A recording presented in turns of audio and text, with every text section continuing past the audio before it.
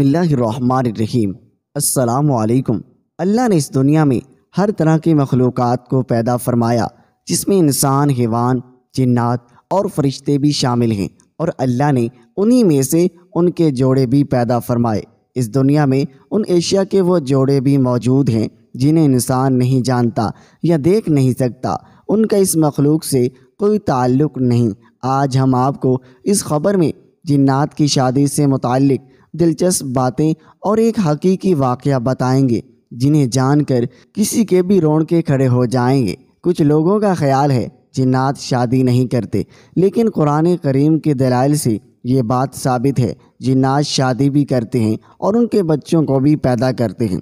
اگرچہ جنات کے بچوں کو جنم دینے کا عمل انسانوں سے مختلف ہوتا ہے، کیونکہ جنات انسانوں کی طرح مادی وجود رکھنے کی بجائے روح کا وجود رکھتے ہیں۔ مگر یہاں پر سوال یہ پیدا ہوتا ہے کہ جنات کی شادی کیسے ہوتی ہے؟ کیا جنات کی شادی بھی انسانوں کی شادی کی طرح ہوتی ہے؟ ان کی شادی میں نکاح پڑھایا جاتا ہے؟ یہ بات سچ ہے، جنات بھی شادی کرتے ہیں، ان کی شادی بھی انسانوں کی طرح ہی ہوتی ہے۔ جس طرح انسانوں کی شادی میں ڈھول باجا جاج گانا کیا جاتا ہے، بالکل اسی طرح جنات بھی اپنی شادی ڈھول باجے بجانے اور رقص بھی کرتے ہیں، حتیٰ کہ ان کی شادی میں سب سے بہترین کھانے پینے کا اہتمام بھی کیا جاتا ہے۔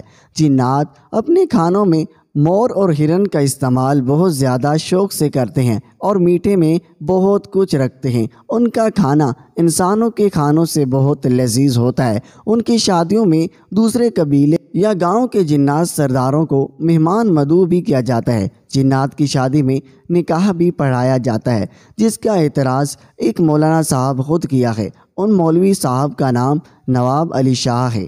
انہوں نے واقعہ سنایا، رات کے کسی بہر میں سو رہا تھا تو کسی نے دروازے کھٹکھٹایا۔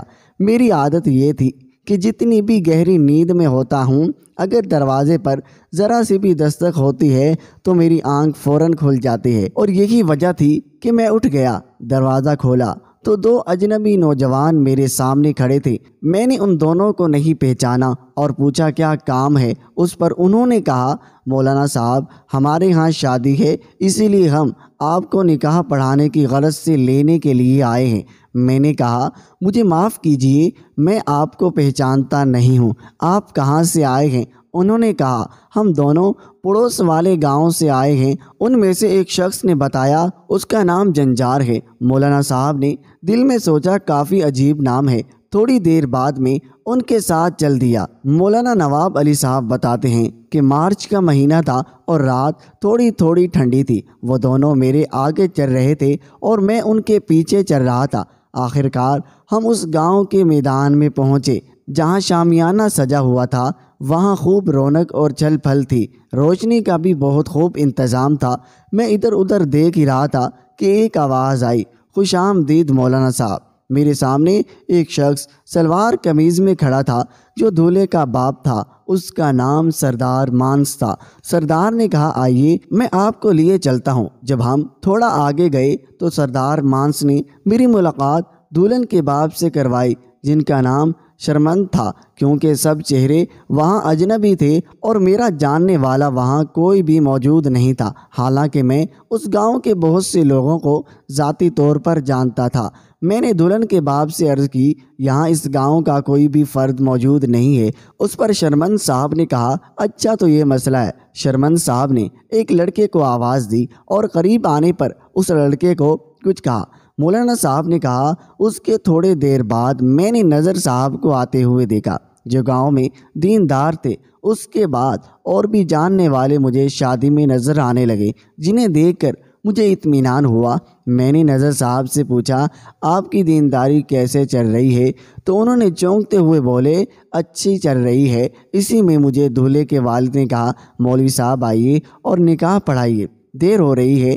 میں نے جا کر ان کا نکاح پڑھایا۔ انہوں نے مجھے مٹھائی اور پیسے بھی دیے، بعد میں مجھے کھانا بھی کھلایا جو بیحد لذیذ تھا۔ اس کے بعد جنجار نے جو مجھے یہاں لائے تھے، انہوں نے مجھے گھر چھوڑ دیا اور خود بھی واپس چلے گئے۔ مولانا صاحب نے کہا، جب میں صبح ان لوگوں سے ملا جن سے ملاقات میری رات شادی میں ہوئی تھی تو ان سے رات کے واقعے کا ذکر کیا۔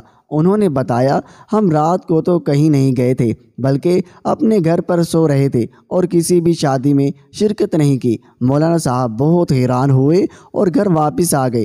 گھر پہنچ کر میں نے مٹھائی اور نکاح کے پیسے دیے تو مجھے یقین ہو گیا کہ یہ میرا وہم نہیں بلکہ میں نے رات میں شادی میں شرکت کی تھی۔